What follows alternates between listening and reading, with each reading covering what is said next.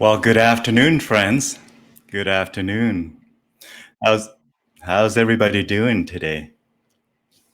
Wonderful. Well, thank you for joining us, and welcome to another episode of Conversations with Dune and Friends. Today we have a fabulous, fantastic guest joining us from beautiful British Columbia. We have Mr. Big Hank Lionhart joining us, and we're going to talk about blues and more blues. We're going to talk about everything music, whether it's live performances or recording, or basically over many decades of artistic performances, and we might even touch a little bit on painting and the art and craft of painting as well. But we're going to focus a lot on blues. So hopefully you can hear me fine out there, and let me know. Feel free to chime in with your comments and questions for our guests. Feel free to again provide encouragement and really interact with us here on this hour and a bit. And so let me do a quick introduction before bringing Hank on here. Big Hank Lionhart. So his earliest memories of the blues. Well, when he was a kid growing up in the 50s and 60s, his dad owned a drive-in movie theater. And he would play a variety of stuff during the pre-movie time, during the intermission. Lots of Elvis, a lot of Ray Charles and swing stuff and big band records. Hank always loved the swing stuff, especially the Louie, Jordan, and Ray Charles was the bomb, and great stuff. However, Frank's first time hearing a band actually play anything close to the blues was actually in 1969 when he was living in Vancouver, and a friend and Hank went to the Forum to hear the Creedence Clearwater Revival. The hit Susie Q was just breaking on the radio, but it was made a lasting impression on him, and he guesses plants the seed for him in him for the blues. He bought their record and played it into submission. He also heard John Mayall and the Bluesbreaker in 65, that would be 1965, and their record was a huge influence. He still do a song called You Don't Love Me, Baby, a classic, years later. Hank even got to open for a couple shows for John Mayall at the Commodore Ballroom. When did he get into the blues? Well, he started out his first band in Edmonton in 1964. It was a pretty loose unit. They called it the Wayne Williams Band, and the name of their full-on egotistical guitar player leader. Now they rehearsed for 3 months and then did one gig and never got paid. The promoters stiffed them, and a big lessons learned. And in 1965, after high school, he moved to Seattle, Washington to go to art college. Great time. So in terms of art college, he got into a real great band called The Clouds. They did a lot of top 40s hits and a bunch of Stones and Who songs, and it was a great time, and they had a house gig at the club called The Door every Friday and Saturday, and Friday and Saturday night for 6 months. From Seattle, he then moved to Edmonton and sang with a number of bands, doing mostly top 40 stuff. In 1973, he went out to on the road with the cabaret circuit with Color Rain. This took him all over Western Canada, even opening for B.B. King at the Oil Can Harry's in Vancouver. And then to Victoria, where they played and at the Paint Cellar for a month in July. Fabulous weather and great gig, packed every night. Their bass player gave his notice, 2 weeks notice, 2 weeks into the gig. I got the notice there. And so Hank looked all over Victoria for a music store notice boards to find a replacement for the bass player who ended up being Norm Piercy, who went on tour with them for a number of months. Now, Hank left this band in 1974 to and joined his first real blues band called the Hot Cottage in Edmonton. And they had just released an album backing up Walter Shaky Horton, and we're getting lost of notice. And he did 4 years with them and really developed the blues chops, and not just playing the songs that they were doing, but also soaking up all the knowledge and the blues, and totally changing by changing his record collection to include Muddy Waters, and who would also end up opening. He would open for Muddy Waters in 1983 at the Commodore, and records records by Bobby Blues Band and James Cotton and Lightning Hopkins, Magic Sam, Howlin' Wolf, Junior Wells, T-Bone Walker, Johnny Lee Hooker, Albert King, Albert Collins, B.B. King, Sonny Boy, and so many more ended up really as the mainstays of Hank's records collection. So he totally immersed himself in the blues, and from that point, it was pretty much all he's been doing, blues and R&B.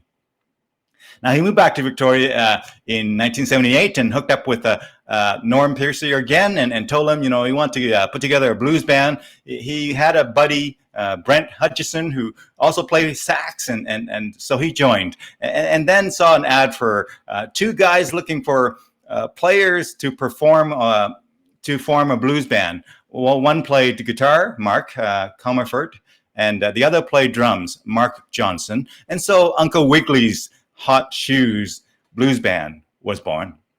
They recorded 2 albums, and at Tom Lavin's Blue Wave studios in Vancouver.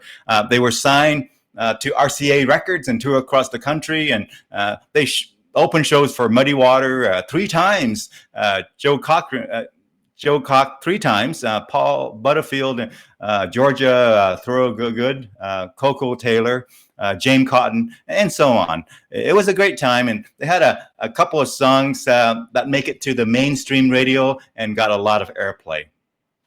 Now, Hank moved to Vancouver and formed the R&B Toasters with Steve Cross, and they had a great run with and open shows for the likes of John Mayall, Coco Taylor, and the Neville Brothers, and to name a few.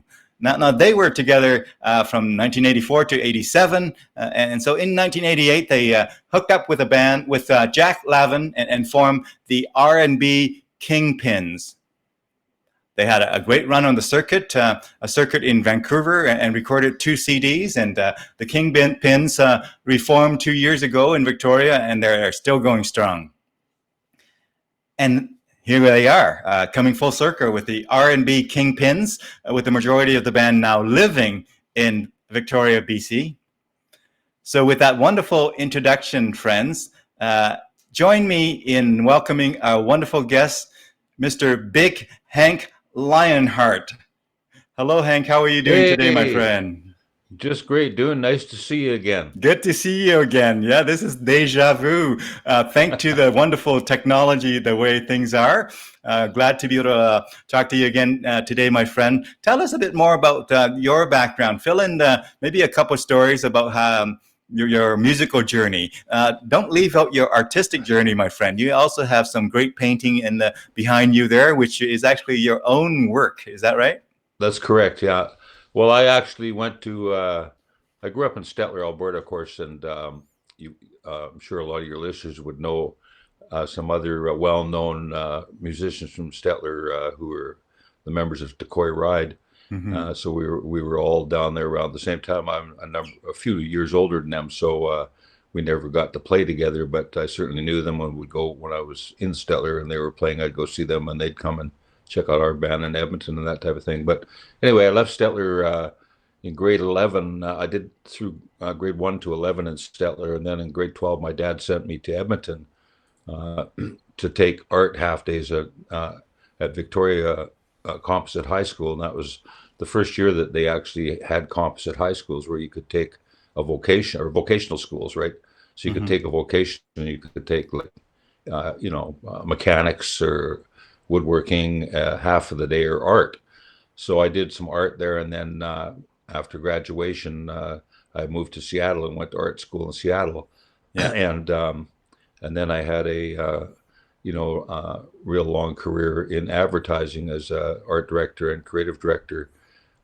Started off in Edmonton as a fashion illustrator, doing at Woodward's, and then I worked at Baker Lovick Advertising in Edmonton, and Palmer Jarvis in Victoria, and then Palmer Jarvis in Vancouver. And even now, I still do a bit of freelance design work and that type of thing. But I'm really focusing more on my fine art now. I've gotten back into painting, and there's a couple of paintings behind me there, a couple of stalwarts there, the blues there, Little Walter and Aretha Franklin. But I quite enjoy it, so I've been doing that and making music still, and it's just great. And Yeah. and my lovely wife Kim and I, we love Victoria, and she's an artisan as well. She designs jewelry, and so it's quite a creative little household we have going on here. Yeah. And anyway, so the journey continues, and my music career, you covered most of it, how it all got started. I mean, it's funny how I got even into music in the first place. I used to have a 1948 Ford in Stettler when I was 16, and I would was sort of the vehicle to pick everybody up and go around town. And it never had a radio in it, so I used to sing all the songs. And one of the guys that used to hang out with us said, "Hey," he said, "it'd be really great to, you should get into a band. You got a pretty good voice." And I kind of thought about it. I thought, geez, maybe I should. So when I went to high school in Edmonton, I got in that first band that we did 3 months of rehearsal and then did a gig and never got paid. But it was a good learning experience, and it was a good way to get my feet wet into what it was like to actually, play with musicians and that type of thing. But and I had, stints of owning guitars and trying to learn to play, but I was awful. I always forgot the number one rule of playing an instrument is the rehearsal part. I never quite got that you had to practice like crazy to learn. Yeah. So I've always just focused on the voice and Yeah. done that type of thing. So. Wow, well, wonderful. As you mentioned, is a bit of a art central there at your house with Kim and yourself, and whether it's fine arts, whether it's music. I know she's also big into music as well. So yeah, Totally, art and music. Yeah, you betcha. Wonderful. Well, thank you for sharing that, my friend. One of the things I want to do maybe is play one of the performances. Maybe I start with, let me just pull it up here. But tell us about maybe the performance at the Edmonton International Blues Festival in 2019 with Chicken Shift. And we're going to listen to that, but give us a quick intro. Well, that doing the Edmonton International Festival was on the bucket list for years and years, and I bugged poor Cam over the years to try and play that festival, even when I was living in Edmonton. And then just out of the blue, he called me and asked me if I'd like to do it, and I was so thrilled. And so I went out there with the Kingpins, and we did the show, and it was great. And the song that we start off with is a Clarence Gatemouth Brown tune called Chicken Shift, and it's a great tune, and what a great experience. I think Edmonton is so lucky to have that venue and have Cam Hayden and the people that put that on. It's without a doubt the premier festival in Western Canada for sure, and if not all of Canada. It's a fabulous venue, and Edmonton blues fans are very knowledgeable, and they love their blues, and you can tell when you go there. The vibe is just fantastic. Yeah, well, that's wonderful. I'm going to bring it in here and let's take a listen. Let me know if you can hear the sound properly, my friend. We'll make sure that that is taken care of there.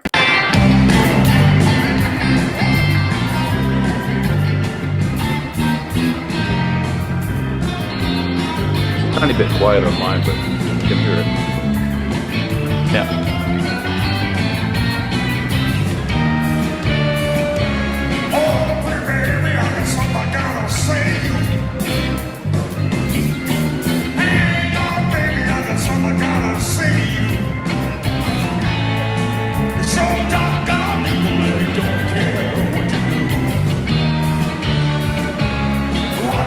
Answer that telephone.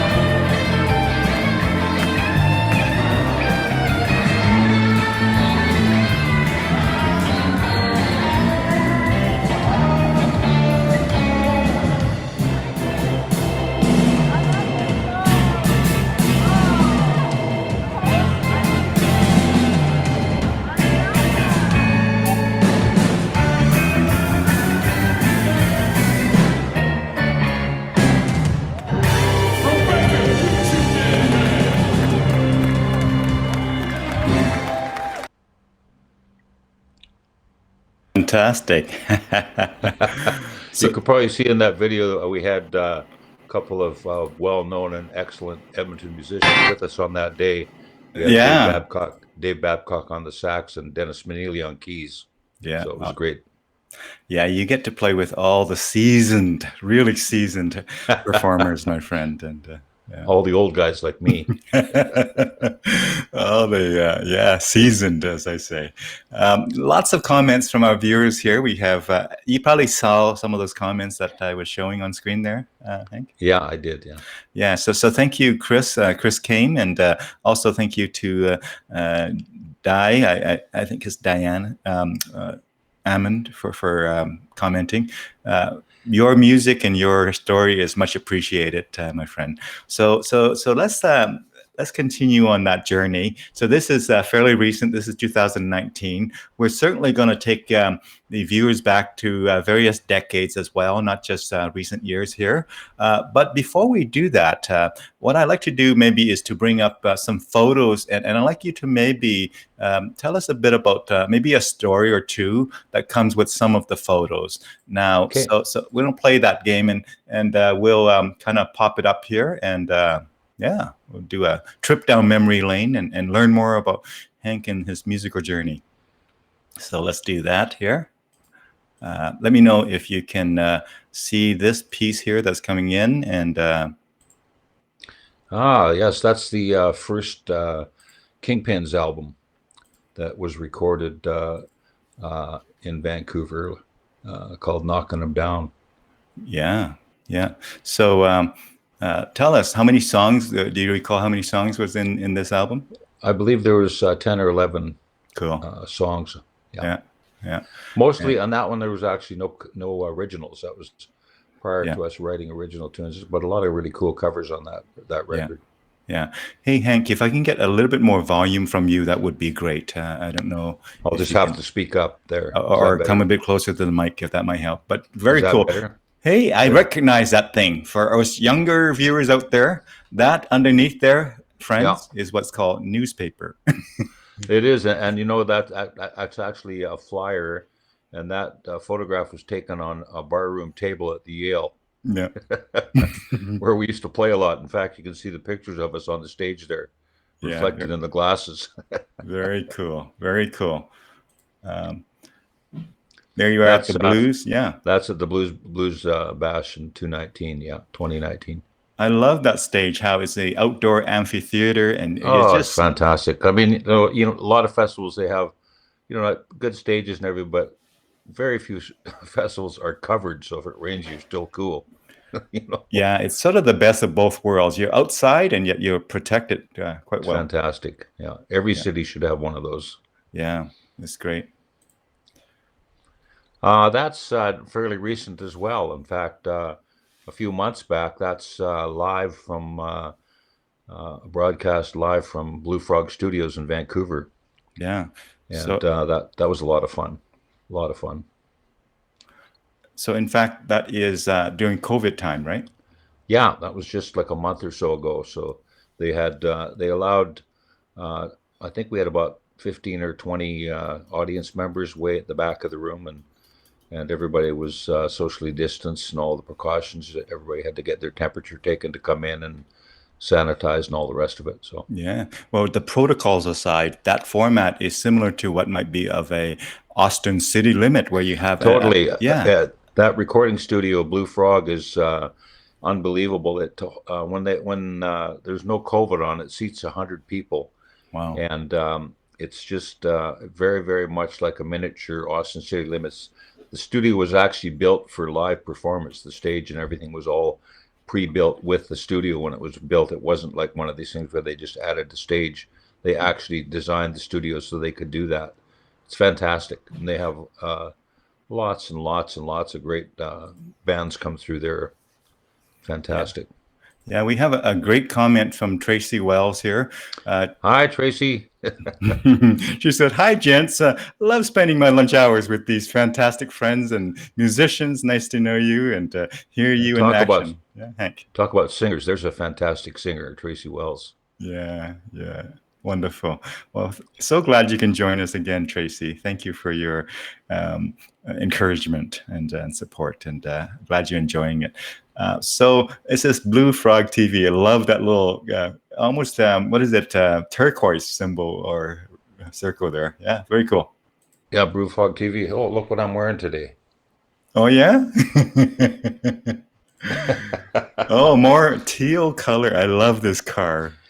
Now, Donna used to be Seminac. She's Donna Floyd now, Donna Lloyd now, and she lives Mexico part time. She's from it. She shot that, and it was a friend of hers that owns that car, but a beautiful car, and that's of course all of us in a fistful of blues. Yeah, nice. Love it. And that's me wearing my red get up and gear for my annual Christmas show I do every year. I have a Christmas show that we tour out.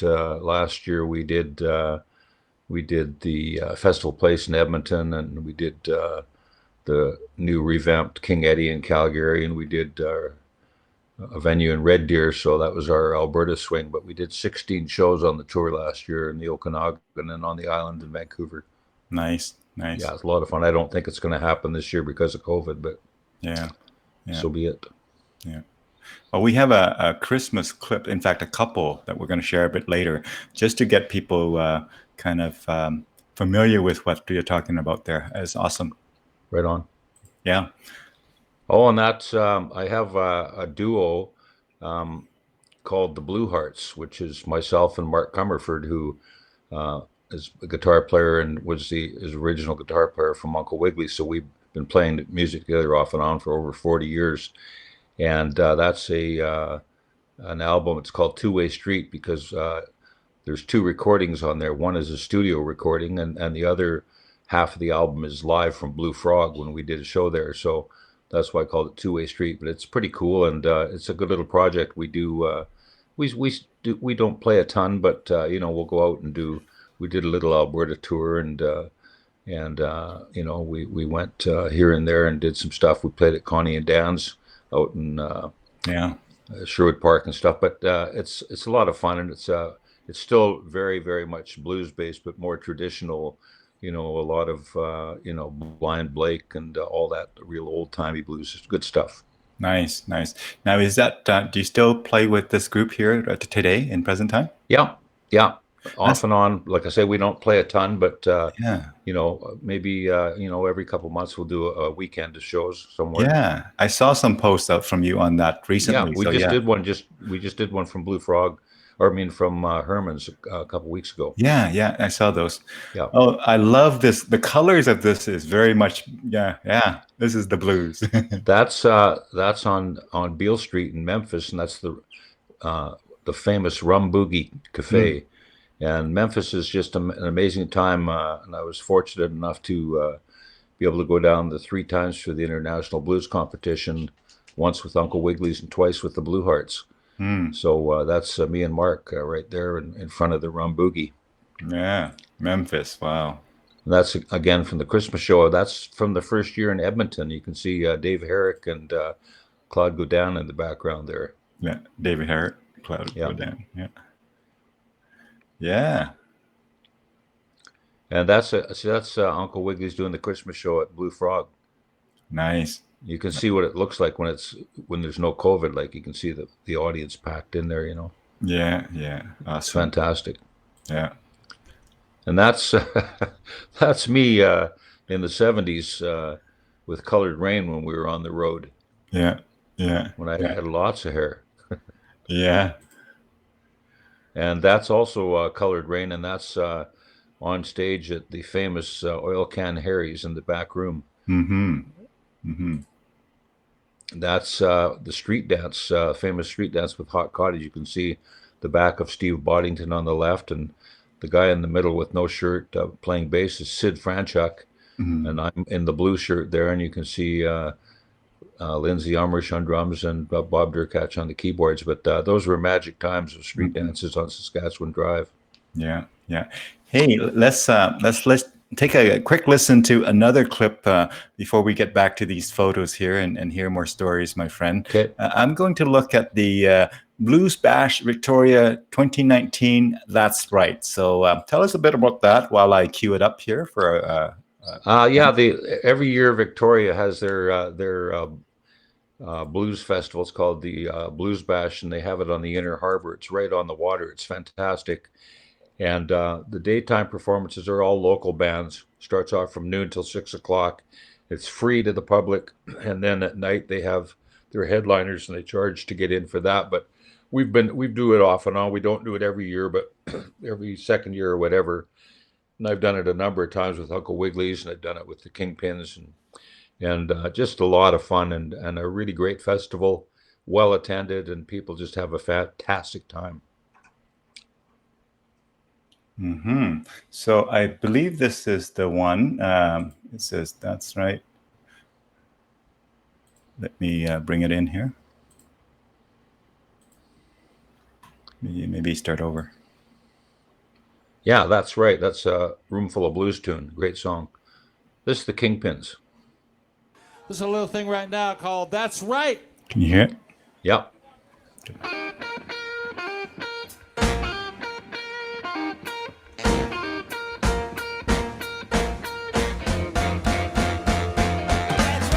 Yes, you hear me talking. That's right. Girl, you hear me squawking. That's right. Baby, start walking. Know that I'm through with you. That's right. Girl, I have no schooling. That's right. I don't stand no fooling. That's right. Baby, I'm really coolin'. Baby, I'm through with you. I used to love you, baby, just like any square. Now I don't mean maybe, cause you ain't nowhere. That's right. Well, goodbye forever. That's right. Girl, I'll see you never. That's right. Now I'm really moving, cause I'm through with you.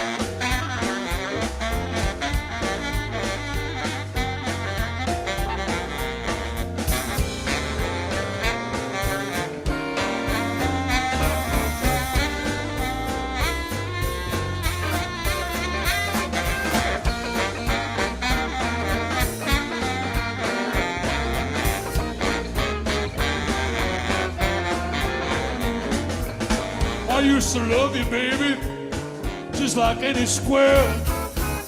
Nah, I don't mean maybe, cause you ain't nowhere. That's right. Yes, you hear me talking. That's right. Girl, you hear me squawking. That's right. Baby, start walking. Know that I'm through with you. That's right. Well, goodbye forever. That's right. Girl, I'll see you never. That's right. Girl, I'm really moving, cause I'm through with you. Because I'm through with you. That ain't right. We're the R&B Kingpins. Thank you so much. Enjoy the rest of the day. God bless.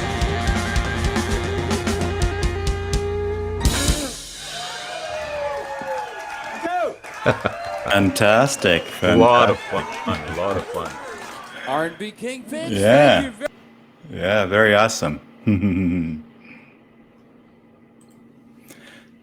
So tell us, Hank, if you think about how many decades of music, if you count all the professional performances. Well, I guess for me it started in 1964. So what's that? You know, Wow. It's quite a few. That's 55 years or something. Yeah, yeah. Of, Another way, doing, you know. yeah. Yeah, that's like how many decades? How many unique decades is that? Is that 7 or is that 6? 6, I think, 6 decades. Yeah. Yeah. But when I started out, I was it was all teen clubs and high school dances. That's what we did, and halls. You do hall gigs or teen clubs. Every little town had a teen club, which was great. And you go out and play those teen clubs. Then you'd do high school dances and whatnot. And then in about 19, oh, let me think. I guess it would be about 1969, 70, 71, 70, somewhere in there. Cabarets opened up, and that killed the high school and teen club circuit, and everybody was playing in cabarets. And of course, in those days, you'd do Thursday, Friday, Saturday in a cabaret, and you'd be hired for a month. So you'd do a month. It was fantastic. So what would happen was a new band would come in, and the first weekend was kind of a look and feel, and then people got into it, and you really built the place up over the month. It was packed. So the next time you came there, it was packed right off the get-go. And of course, we do we do bar gigs that were 6 nights a week, I guess, or 5 nights a week because there was no Sunday. So it'd be 6 night a week bar gigs. And those I remember doing bar gigs and playing till 1 a.m. and then going to work every day at 9. So in the advertising days, but when you're young, you can do that type of thing. But that was the scene, of course, of doing, and then of course went out on the road and did like the club circuit and stuff like that, and all the rest of it, right? So Yeah. Murphy, be quiet. Anyway, dog's going crazy in the background. But, we did traveled around all over Western Canada and did the same thing, cabarets and clubs and whatnot. And it was a great time because you'd number one, when we were doing high school and teen clubs and stuff, you used to have to hike along a big PA. And when you started doing the the club circuit, a lot of them already had their own PAs and stuff like they do now. So there was no need to have a big unit, right? It was great. But basically that's what the thing was tons of places to play. Of course, there was not the competition in those days of dance clubs. They hadn't come on the scene yet, no discotheques, that type of thing. So live music was packed everywhere. It didn't matter. I mean, Edmonton, I remember at one point they had 7 or 8 humongous cabarets. The smallest one held 200 people. The big ones held 800 people. They were packed every weekend. It was a fantastic time. Fantastic. Yeah. Hey, Tracy Wells chimed in again, and she says, "Always looking sharp," and sounding fantastic, of course. Tracy. So tell us, my friend, if you had to select one sort of highlight story out of your long 6 decades plus career, what might be top of mind as you think about that highlight story that you want to share? I think the highlight of my career is there was almost 2 of them, but they're almost equal. But definitely, I'd say the highlight of my career was meeting Muddy Waters and opening him for 3 nights. Once in Victoria, at the in a nice soft seater, and then 2 nights at the fabulous Commodore. I don't know if you've ever been at the Commodore in Vancouver. Probably a bunch of your listeners have, but it's a fabulous venue.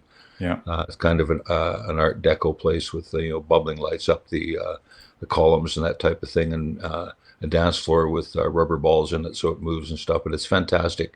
Wow! And it was just an amazing time. Muddy Waters was a real gentleman and treated us very, very well. And in fact, we did 3 nights with them. And on the last night, they sent us out for an encore, and it's really great. I got a CD that was recorded live there on our last night with him, and it's a great memory to play it back and just hear the crowd response and how fantastic it was. But great venue. But that was definitely a highlight. And of course, opening for Joe Cocker 3 nights there was equally as great. And we were very lucky because we were on RCA Records at the time with Uncle Wiggley's, and we sort of became the pet band of Periscope, and they brought us over to do lots of openings for all kinds of things and doing shows in Victoria. But it was a great time, a lot of fun. Yeah, and here's one of the photos that. Yeah, that was from the Vancouver Sun. You see, it's mostly muddy waters, but I think there's about 5 words about us in the bottom there somewhere. Yeah, yeah, yeah. Yeah. I see right here, Uncle Wiggley's, right where my mouse is. Yeah. That was actually one of our first opening act shows. We played with Paul Butterfield and Rick Danko here at the University Theatre in Victoria. That was a lot of fun. Mm-hmm. Yeah. Well, wonderful. Now I'm going to step back and share some more photos that I wanted to maybe hear some stories that they bring out these photos. Photos are always a bit of a time capsule, right? So as we open this time capsule, you spoke about this. This is from the recent times as well. And so tell us about this one, though. No, that band, that was a great band. We played that was a cabaret band that we played at mostly at the Sheraton Caravan downtown, and of course the Kingsway and all these other places. But in the band there on the left is Sid Franchuk. He was one of the original members of the Young Ones in Edmonton, and next to him is my dear friend who was in the Clouds, and he's passed away now, but that's Jeff Rummel. He was from Seattle, and then me, and then Jim Hathaway. He was the drummer, and he's become a preacher. He lives in the Philippines and does a lot of great work with children and that type of thing. And then that's Rick Zahn. People in Edmonton know Rick, and he's been around for years and a great guitar player and a good guy. Him and Margie Zahn, that's her husband, and they're well known in the Edmonton music community. But that band was called Kicking Horse. Fun band, a lot of fun. I must say, you look just like any kind of rock or blues or country star that we would see from those days, my friend. You just got that look just nailed. Skinnier then too. Yeah, you could stand right next to Kenny Rogers and we wouldn't know who's a superstar and who's not. Very cool. These are awesome. That was our first single release on RCA when we signed a track called Lovin'. And just fantastic. Yeah. Hey, Michelle. Michelle is one of our regular viewers as well, and she chimed in, say, "Wow, awesome stories. You've been blessed." Yeah, it was. I have to say, it was just an absolute thrill when Lovin' came out, and the first time to hear it on the radio. When you have your first record played on the radio, it was pretty cool. Yeah. Wow. And that's at the Edmonton International, of course, again. Yeah, love that. Now, I like to share the next video clip is the Big Hank and the Fistful of Blues, and the song is called No Bad News. Tell us about that before I roll it, my friend. That tune, it's a tune that was written by a very good buddy of mine named Terry Med, who lives in Calgary, and Terry and I had a history in Edmonton playing together in bands like Lick and Stick and a few other bands back in the day. And he lives in Calgary. He has a band that people might have heard of called the Bluesland Horn Band. But he wrote this song, and I was out at Seba Beach at his cabin one day, and we fooled around on it. I wrote a few of the lyrics for a couple of the verses, but he mainly wrote the song anyway. I always loved the song, and then we learned it in Fistful of Blues, and this recording was from the Blues on White, and Cam Hayden and Donnie Marcotte were going to try and pitch a syndicated show, so they asked us to come in, and we were playing there that week, and so they came in on a Thursday, and Donnie Marcotte shot and produced this, but it's pretty good.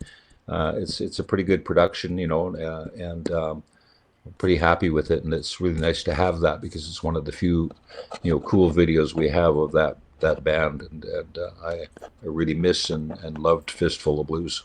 Mm-hmm. Yeah. Let's take a listen, folks. Hear it?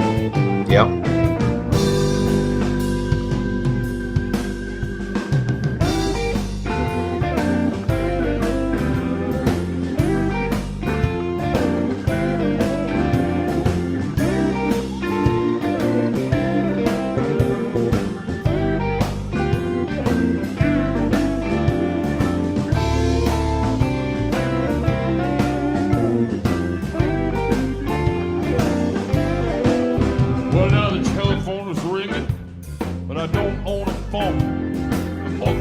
overdue.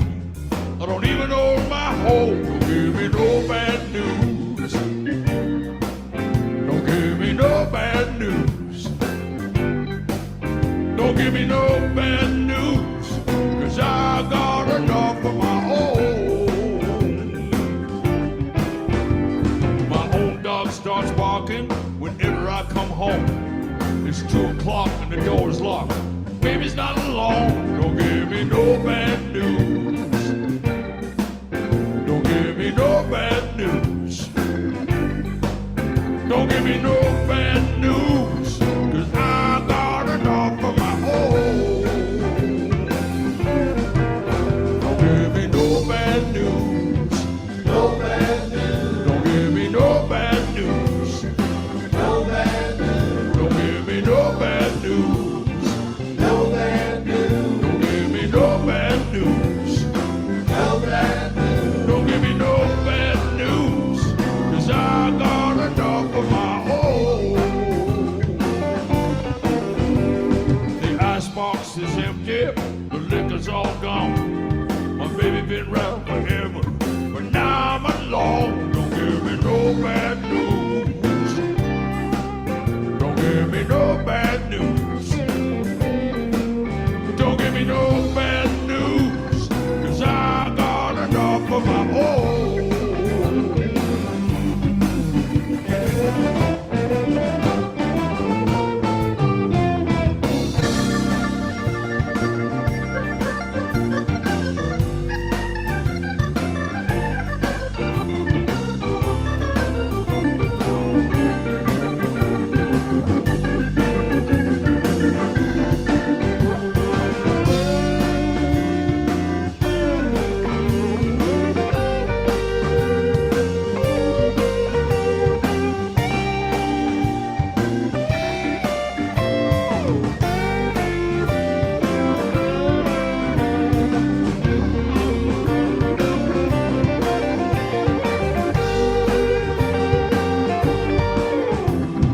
Picked up a scarf, her perfume filled the air.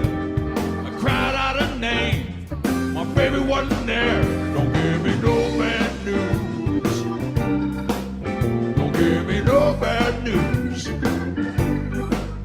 Don't give me no bad news, 'cause I got enough of my own. Don't give me no bad news. No bad news. Don't give me no bad news. No bad news. Don't give me no bad news. No bad news. Don't give me no bad news. No bad news. Don't give me no bad news, 'cause I got enough of my own. Don't give me no bad news. No bad news. Don't give me no bad news. No bad news. Don't give me no bad news. No bad news. Don't give me no bad news. No bad news. Don't give me no bad news, 'cause I got enough of my own. Don't give me no bad news, 'cause I got enough of my own.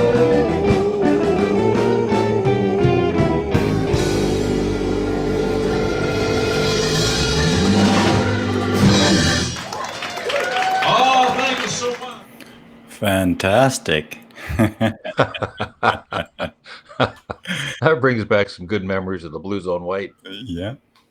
We Hey, kind of turned that into, it's kind of turned into kind of an uptown club now, hasn't it? yeah. It's like doing all kinds of weird stuff in there. Yeah. Tracy Wells chimed in again. She said, "Great tune, love the lyrics." No bad news is great lyrics for today, modern time, COVID time. No Isn't that more. true?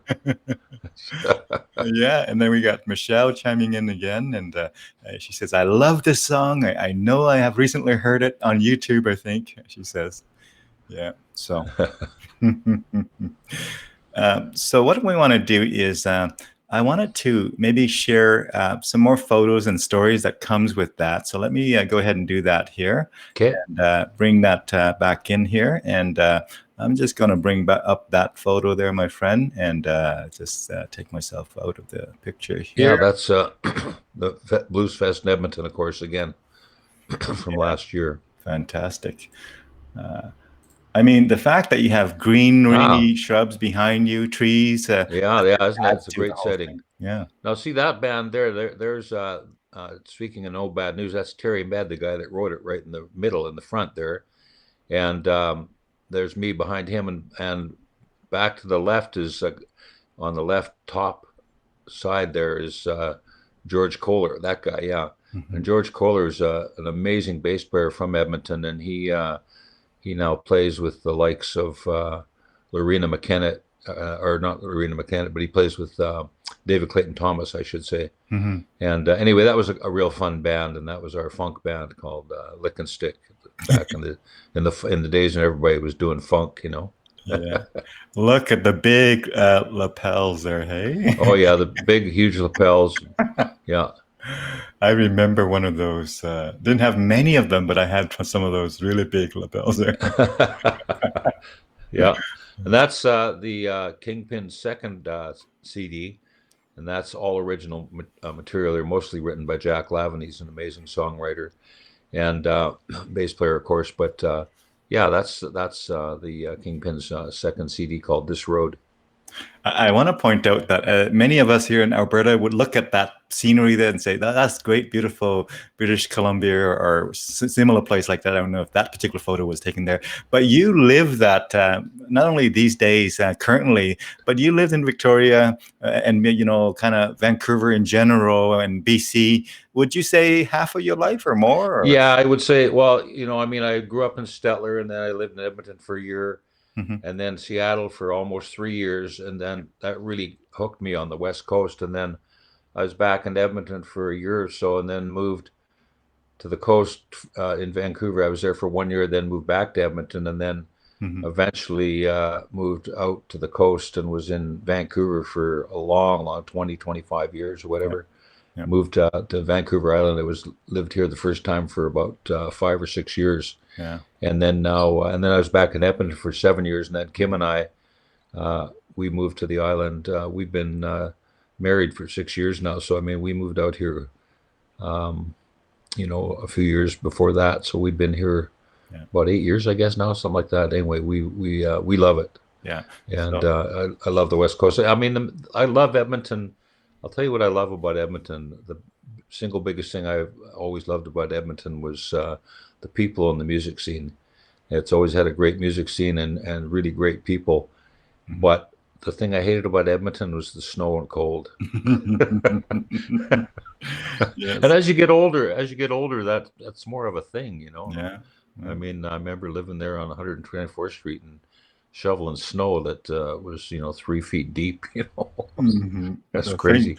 The things we get used to. I was born and raised in Vietnam, Saigon, Vietnam, where it was like plus 30 something most days, right? Yeah. I've never seen snow until I came to Canada. Well, you know, when it's a lovely day and stuff, it's pretty and it's great, you know. Yeah. But it's those stretches you get when it gets bitterly cold. Yeah. Anyway. Yeah. So if I did my math correctly, you indeed have spent probably more than half of your life in British Columbia than you have in Alberta. It seems like. At least half and half, put it that way. You bet, yeah. That's Sweet Salt. That's the original band in Edmonton. And that's, again, my buddy Jeff, who passed away on the left, and Daryl Kitlitz, the late Daryl Kitlitz in the middle. Mm-hmm. Jeff Sid Franchuk on the right, and Rod Kuffler up in behind, and then me. And Rod and Jeff, 3 guys on the right side of the photo, were all members of the Young Ones. Mm. And then Larry Guthrie, who was their singer, he went off to do his own thing. And so I started singing with them, and then we brought Jeff up from Seattle. Mm-hmm. And that was, we were called Sweet Salt, and then that band morphed into Colored Rain after a while. Mm-hmm. Cool. And that's me and my partner, Mark, the Blue Hearts. That's a cool photo. I always love that photo. I love the different colors. There's many colors, blue and red, very vibrant. I was going to say that. Yeah, vibrant. and that's the Blue Hearts, and that's Andy Graffiti on drums in the background there. Mm-hmm. And that's at the Salmon Arm Roots and Blues Festival a couple of years ago. Mm-hmm. There's the Clouds. That's the first band in Seattle, and now the guy in that band. There's 3 of us are still on this side of the dirt, but I'm still in touch with the remaining members. The guy on the top left is a guy by the name of Bob Igo. He was a drummer, and in the middle is Dave Taylor. He lives in Vegas. The guy on the top right, Tom Pope, he's passed away a number of years ago. He was a bass player, and then of course Jeff on the bottom left, he passed away this year. But that was a great band, and we you can look at the hours we played, 8:30 till 2 a.m. Yeah, we had so many tunes, and that was a fantastic club, and it was you had to be it was 16 and over, so I mean it was a coffee house, right? And in Seattle, and we had a house gig there for 9 months. I think it was fantastic. That's an interesting number. 16. Is that by law, or is that just an arbitrary thing that the? I think that was by law in order to go out to a Really? coffee house. Yeah, unless you were accompanied by an adult. I see. Yeah. Cool. Of course, there was supposed to be no liquor, but people would sneak it in, right? So I remember the cops coming in there one night and walks over to this guy that was from my art, and that was during my art school days. So it used to be packed with all the kids from the art school that come down. We packed the place, and this one guy from art school, he was 21 years old, so he'd go and get beer for everybody. And the cops came in one night and they walked over his table, and the cop says, "Hey, there's no head on apple juice." Made him go and dump it out. It was pretty funny. Yeah. And that's the R&B Kingpins. Yeah. Just not fairly recent photograph. Yeah. Cool. And that's Uncle Wiggli's Hot Shoes Band, the second album. It's called Here Comes Another. Yeah. Very cool.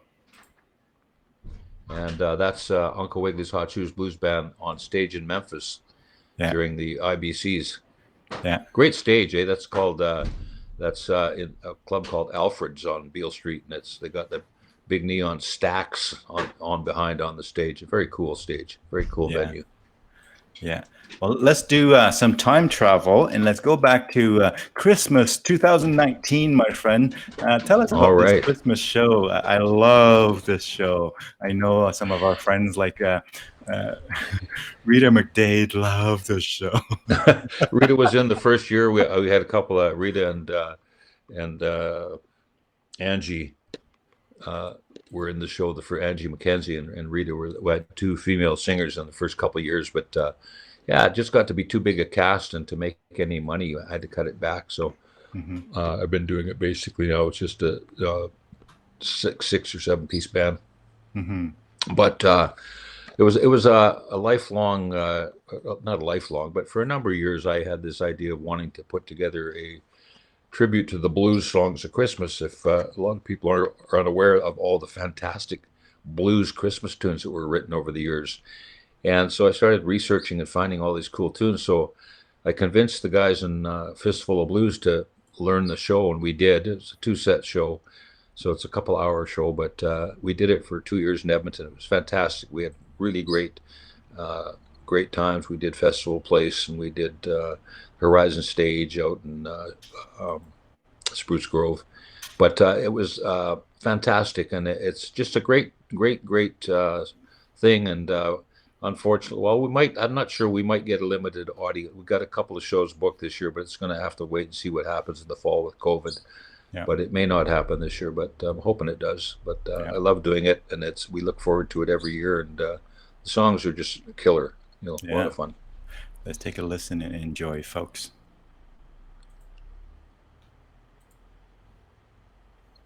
Can you hear it? Not yet. No.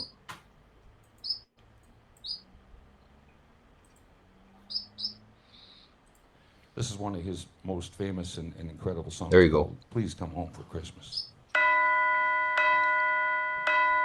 Bells will be ringing, look like glad news.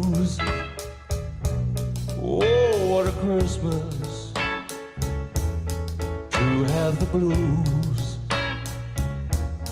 My baby's gone, I have no friends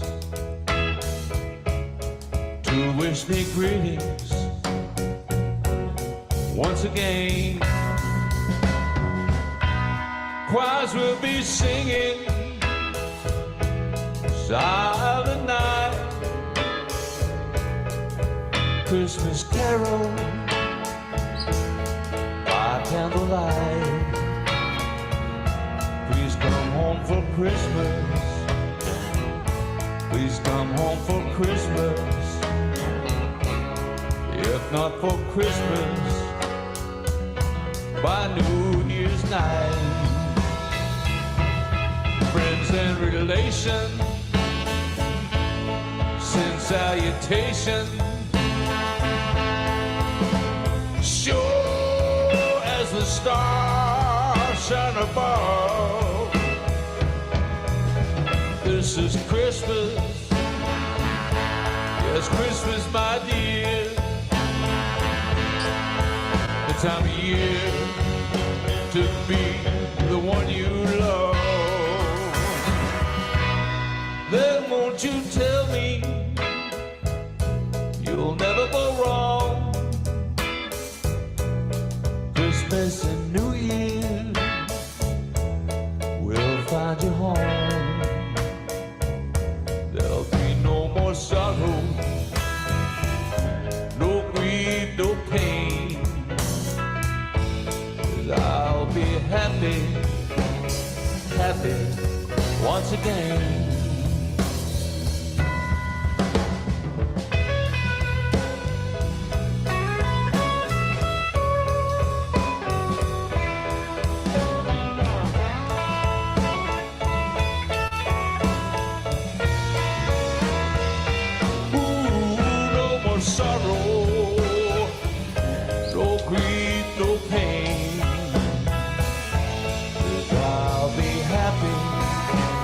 Christmas once again.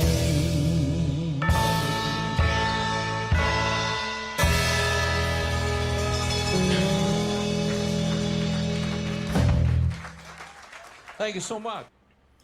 Awesome. That's a great song. That's a Charles Brown tune. Charles Brown wrote tons of great Christmas songs, and we do a few of them in the show. But and again, that's at Blue Frog Studios, so it's pretty cool.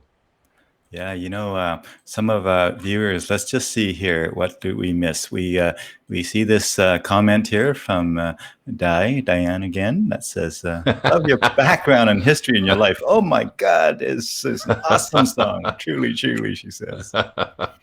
Yeah.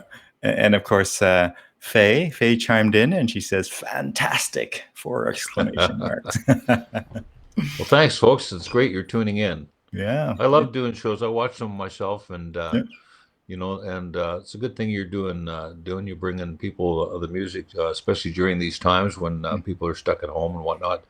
And it's nice that they can, find out a little bit about various artists that they may have heard or know, and some they don't know and they're introduced to. So it's a good thing all around. Yeah. Wonderful. So let's continue on this photographic journey back in time here, my friend. I'm going to bring it back in again here. And let's hear the story perhaps around this photo here. Yeah, that's again during the Uncle Wigglies Hot Shoes Blues era. And that was before we were signed to RCA. We had our own label called Mr. Deluxe Records. Yeah. And that's you right there, I presume, right? That's me in the back there. Yep. I never always had to be in front, As long as I was in the photo, I'm cool. Yeah. So I noticed something. You always have a medium-sized band or larger, and I mean in terms of numbers. You don't do trio. You don't do many, like 2, 3, 4, 5, 6 here, except some recent exceptions.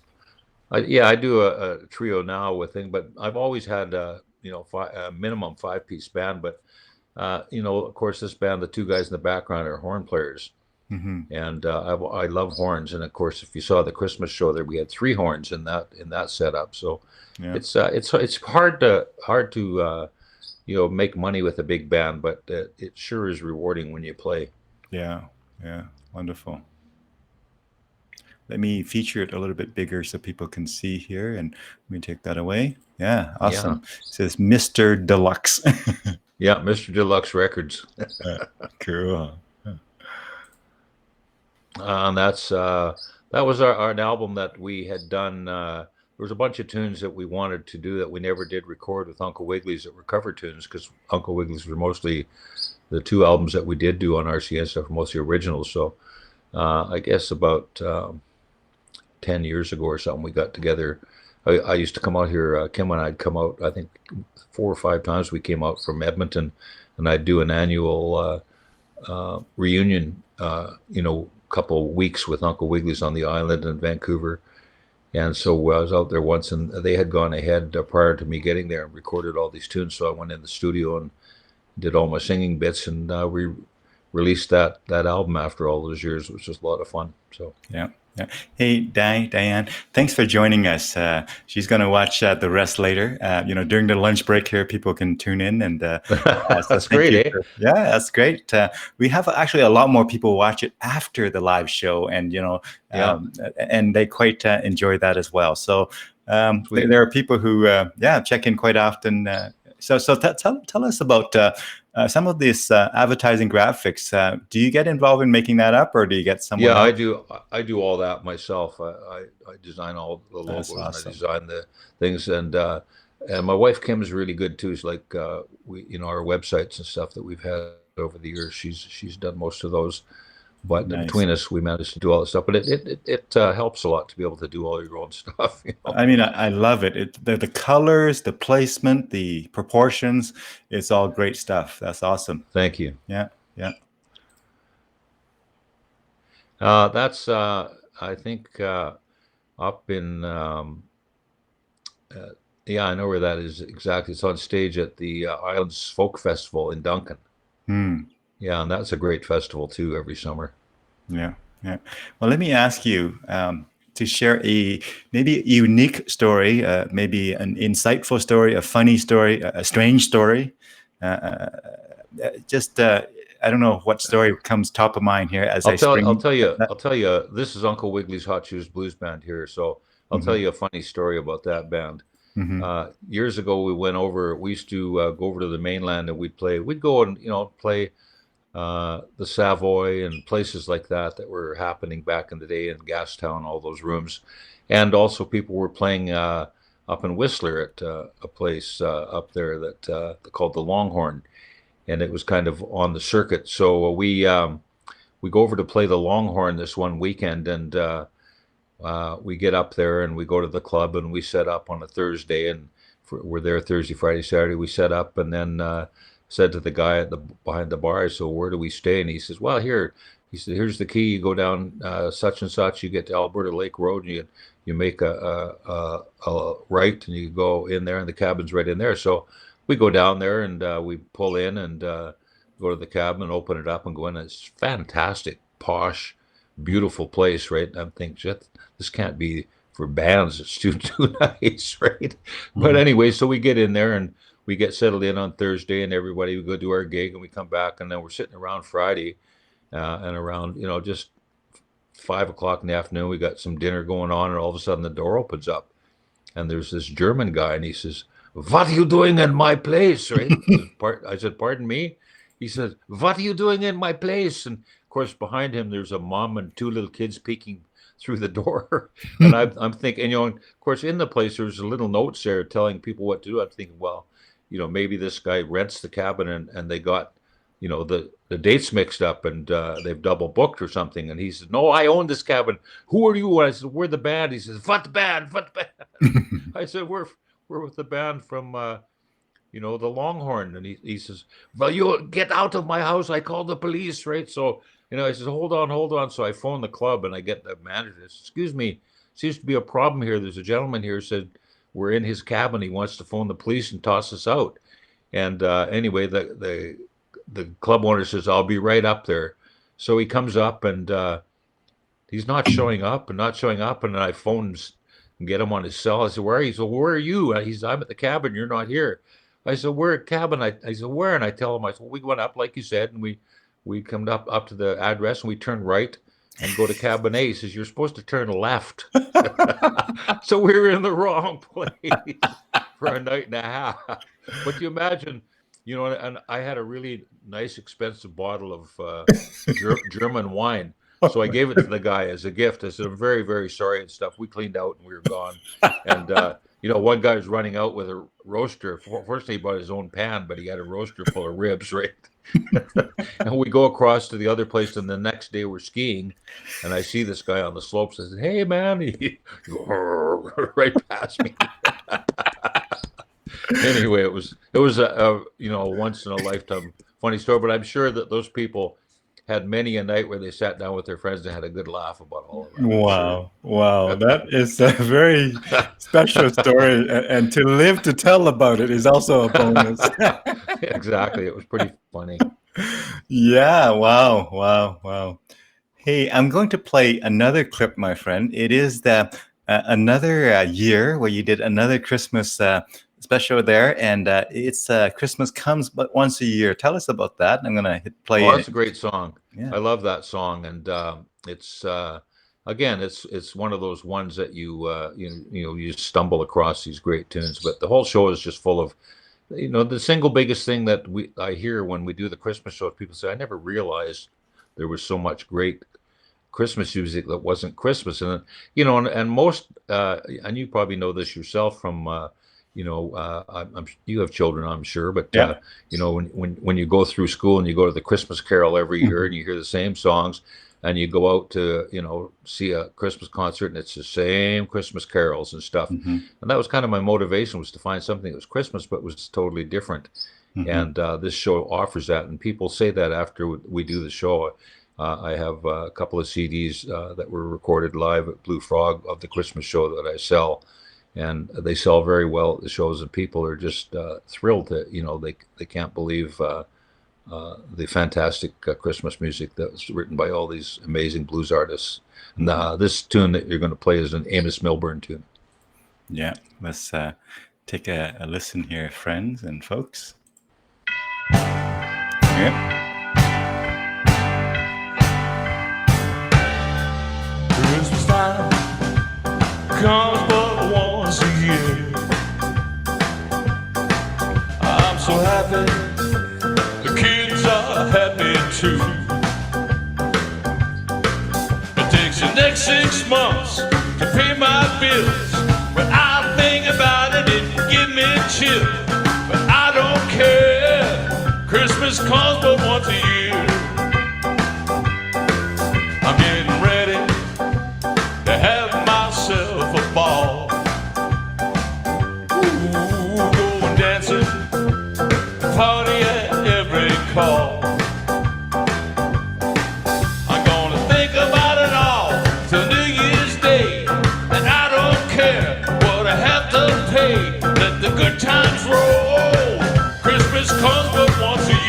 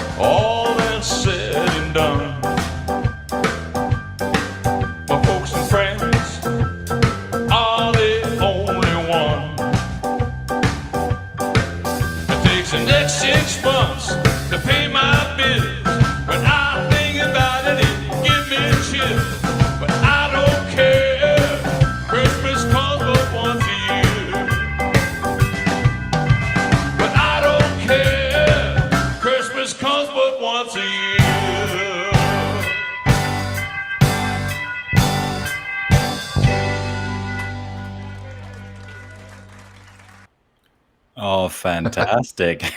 Cool song, eh? That's a cool song. Love it. Yeah, you're right. It's not the traditional music, Christmas music by any chance, but we can all relate to that.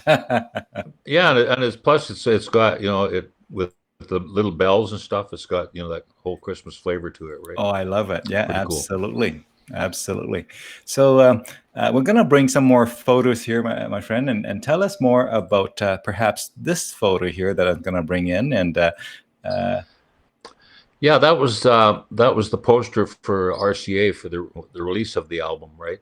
Yeah. And taken from the cover. That's the cover shot from the first Uncle Wiggily's Hot Shoes Blues Band album, and all of us along the bottom and stuff. And again, it was pretty thrilling when we were doing the Western Canadian tour. They set up a number of signings for us at different record stores, and to go in there, and they had a whole display of all those posters and the records and stuff. And I have to say, on a couple of them, there was only one or two people showed up, but some of them there was quite a few people. And the funny thing is, over the years, even with Uncle Wiggily's, as recently as years ago, and we did a few gigs. Right now we're on hold, but we'll probably do the odd show now and again. But every time we go somewhere, people in the audience will come up with a vinyl record, an RCA record that and they all have a story about it. Like, one guy had one, and he bought it in Toronto when he was 13 years old, right? And he wore it right out. So he bought a CD, because I have them available on CD now. But anyway, yeah. So that's what that's from. That's from the RCA days. Cool. Yes, RCA, and that again is an RCA promo shot there from taken on the waterfront in Victoria, right on the water. I love that shot. That's pretty cool, eh? It's great. Very well. I was going to say very artistic, but of course you are. You and Kim are both art people, so these kinds of things resonate with you guys. Yeah, that's got a nice flavor to it. That shot. Yeah, very good. And that's an article that our records somehow somebody ended up getting some records on a holiday and took them back to Russia. And we're pirating them over there, right? So, so there was a bit of a story about that. To Russia with the blues. Let me tell you another funny story. There used to be a guy named Portland Al, and he used to, Jack Glavin introduced me to him. He used to have a collector record store, and sort of, you could buy like a quart of milk and stuff. It was kind of a grocery store, record store on Main Street in Vancouver, called Portland Al's. We used to go in there because he had a lot of really good blues records and stuff. So anyway, I went in one day when the record came out, the RCA record, and I said, "Hey Al," I said, "You want some of these? Can you sell some of these albums for me?" And he said, "I already got that." I said, "What?" And he had taken one of the records and made his own cassettes and was selling them. So he copied them on cassette. Oh my goodness. That was unbelievable. Anyway, we laughed. We just had a good laugh. Yeah. And that's again from Joe Cocker, the days, and you can see on the left there's some of the chart information when Lovin' was out and stuff. We were doing fairly well, up to 16 there on CKDA and whatnot. So yeah, fantastic. So you were on at 8 o'clock, I presume, and then Joe Cocker came later. We were on for I think we did a 35 or 40 minute set, and then he came on. Yeah, and he was fantastic too. We did 3 nights with him, and again on the last night we got an encore, and it was really cool because he was he had this little T-shirt on called it was from the Rainbow Ballroom in Colorado. It was just a shirt, obviously, he picked up on tour. And he was wearing that for his performance. And after they finished about 5 encores, he came off, and I had this beautiful white Hawaiian shirt, and it had this beautiful embroidered flamingo on the side, and it said Flamingo Joe. And he made a comment on it. He said, "Man, I love that shirt and stuff." So when we're all finished, he comes off and I said, Joe, come here. And he comes over. I said, "Trade me shirts." He's, "Oh, mate." He said, "I can't do that." He said, mine's soaking. You'll get the death of pneumonia." I said, "Joe, no, you don't understand. I need to soak up all that soul." So he gives me his shirt, and I give him mine. Of course, mine's way bigger and his is way smaller, and I stretch into it and it's soaking wet, clammy. But anyway, I still have the shirt, and now Kim uses it as a night shirt sometimes because it only fits her. Cool. Pretty fun stuff. Yeah. Hey, Michelle, thank you for staying with us all this time. Michelle, she's a regular viewer, and she's gonna continue Sweet. watching tonight. She says when she gets home from work. Great. Yeah. So let's here's Muddy Waters. Yeah, and that's the review on Buddy. Mm-hmm. Yeah. Very cool. He was such a cool guy, and his whole band, they were really cool. Yeah. Nice people. Yeah. And that's during when we signed with RCA. That's upstairs in Harpo's in the office. Mm-hmm. And those are all the guys from RCA Records. And when we signed our deal with the label, very exciting times. Yeah. And that's our first 45. Oh, wow. Yeah. 45. Yeah, that was recorded here in Victoria. Bring back so many memories in Vietnam, where, of course, back then, third world country, we were kind of behind the North American scene. So born and raised in Vietnam, 45 and 33s were, and in vogue when I was growing up. And I remember there's even some really small ones. What are those ones? The really small ones, like even smaller than 45s. I'm trying to remember. Oh man, I've never seen those. Yeah. Now, did you start playing music in Vietnam? Yes, I did. Yeah. My first musical instrument, I think, was a harmonica, because they were cheap and easy to get. So harmonica. Yeah. And then I got into mandolin and guitar, and so. Cool. Mm-hmm. That's great. Yeah. So here we go with. That was for the Victoria show that we did with them at the first Playhouse. Awesome. Yeah, great memories. The sad thing about all of that is, of course, when I was doing that, it wasn't like at that time we didn't have cell phones even. Hardly anybody had a cell phone, so I never got any photographs. Mm-hmm. Which is all the memories are just in my mind. Yes, but wonderful memories. So. Yeah, the current generation are not fully aware of just how lucky they are with some of the stuff. Yeah. Right? Yeah. I want to share another video clip here, my friend. Introduce to our viewer this clip called "Little Black Dress." Yeah. Tell us more about that. Yeah, that's a tune that I wrote those lyrics, and Dwayne Smith, Wink from bass player with Fistful of Blues, he had written this tune that they had, and it was an instrumental that they used to do with Decoy Ride. And when I wrote the lyrics for Little Black Dress, I kind of sang what I was hearing for him. He said, I got something that might work with that. So we put the lyrics to that song that they already knew, and bang, and this is a great song. I love this song, and a friend of the band's, Gordon Sinclair, he put together this video. Okay, let me bring it in here and make sure that we can see it.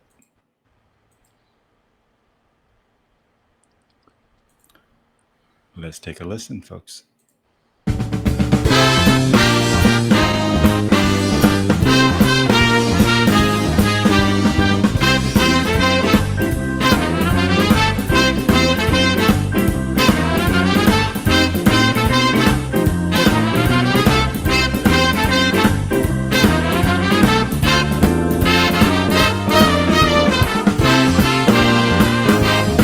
Hey, now listen to me, baby, something I need to address. I've been feeling a little down, and my life's been a mess. But Lord have mercy, I must confess, you knocked me out in that little black cocktail dress. You look so good, baby, you look as sweet as you can be. Yes, you look mighty good, baby, you'd shake the peaches off the tree. Just take me by the hand, darling, and please, please, please say you come home with me. Come on.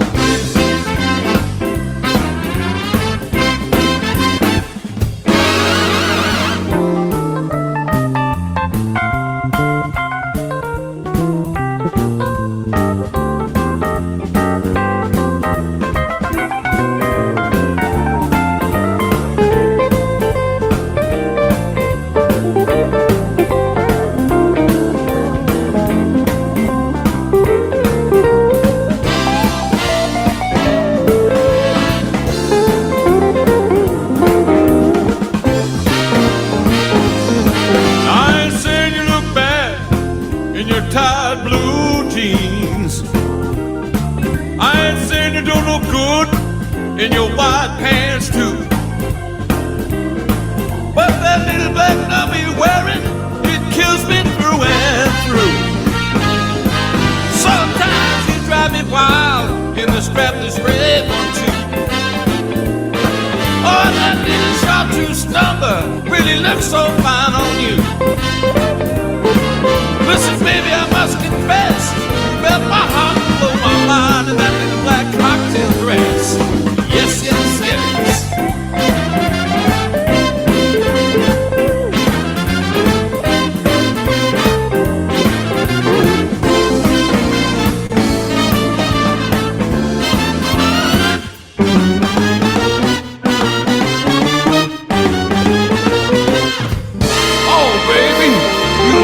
So fine in that big black cocktail dress.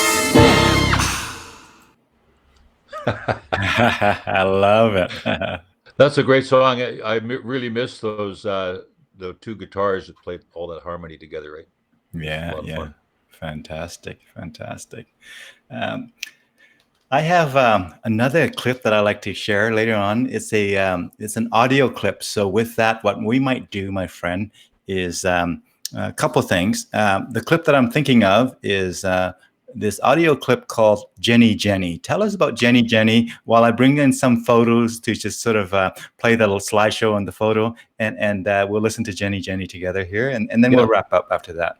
Sounds good. Jenny Jenny is a tune that was written by the drummer in Uncle Wiggily's Hot Shoes Blues Band. Mark Johnson wrote the lyrics, and Mark Comerford, the guitar player, West Coast, he wrote the music for it.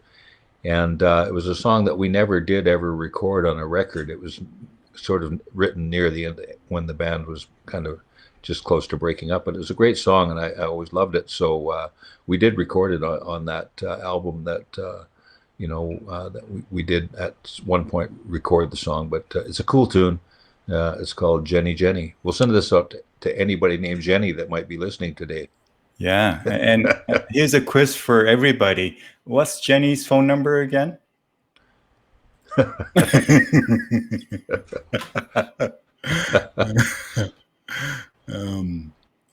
referring to another song. Some of our viewers probably chimed in later in the recording in the kind of. Let me just start play here on this, and let me bring in this thing here.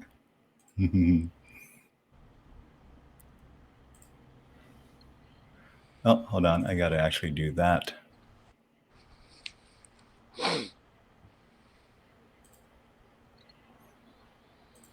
Let's try that. Let's bring it in.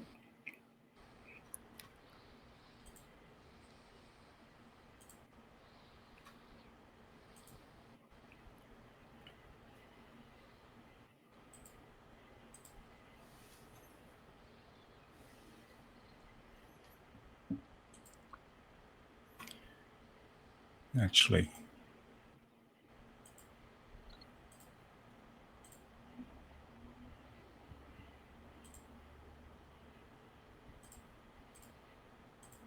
let's try that.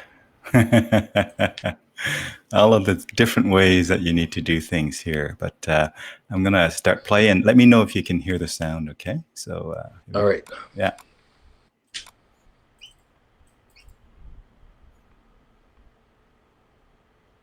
You hear it? There we go. Yeah.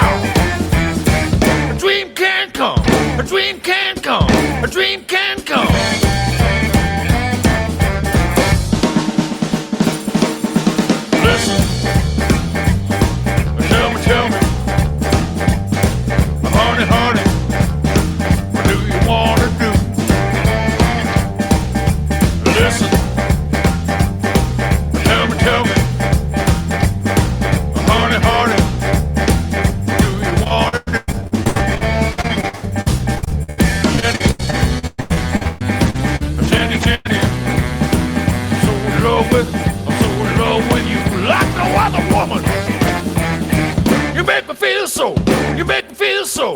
You make me feel so.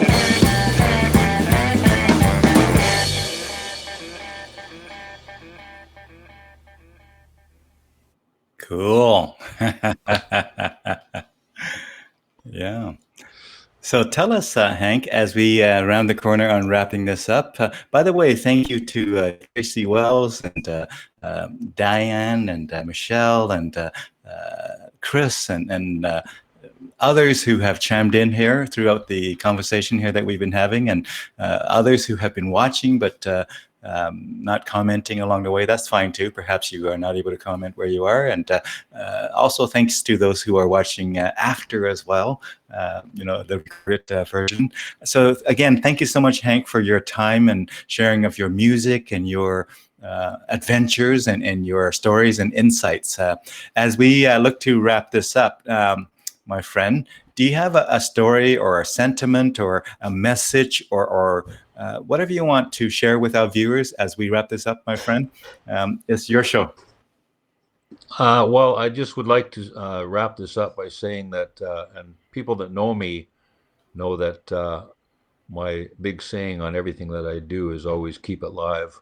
Mm-hmm. I really believe it's important to keep not just the blues alive, but keep music alive. And, more and more we fight with discotheques and canned music and blah, blah, blah, blah, blah. And there really needs to be an outlet and venue for artists to do their thing and play live in front of audiences, especially young artists, so that they have a forum for stuff that they write to become songwriters and become performing musicians. And I think that's so important. So I'd like to make that point. But now I have added to that, keep it safe and keep it live during these times of COVID. I think it's very important. And I just encourage everybody to think of your fellow man, be kind out there. Don't hassle somebody if they wear a mask and you don't, and don't hassle somebody if you wear a mask and they don't. Mm-hmm. We can only hope that people care enough about each other to mask up and try and be kind and safe through these trying times, and if we all pull and work together, we'll get through it. Wonderful. That's it. And thank you so much, Dune. It's a pleasure, and hopefully one day you and I will be able to share the stage again together. Yeah, that'd be fun. That'd be fun. Yeah, it's been a long time. We met in my hometown here of Sherwood Park, Alberta. In fact, I shouldn't say my hometown, although I've been living here for the last 16 years, but Sherwood Park, yeah, that's home. That's home. So again, thank you so much, everybody. You've been listening to Mr. Big Hank Lionhart, all the way from beautiful British Columbia, coming back to us here in Edmonton, where he spent Edmonton, Alberta, and all of that, about half of his life, and about half in British Columbia. So you are inter-provincial there between BC and Alberta, and I am. We're grateful that you joined us on this conversation, my friend. Thank you so much for your sharing. Thank you very much. So remember, keep it safe and keep it live. Wonderful.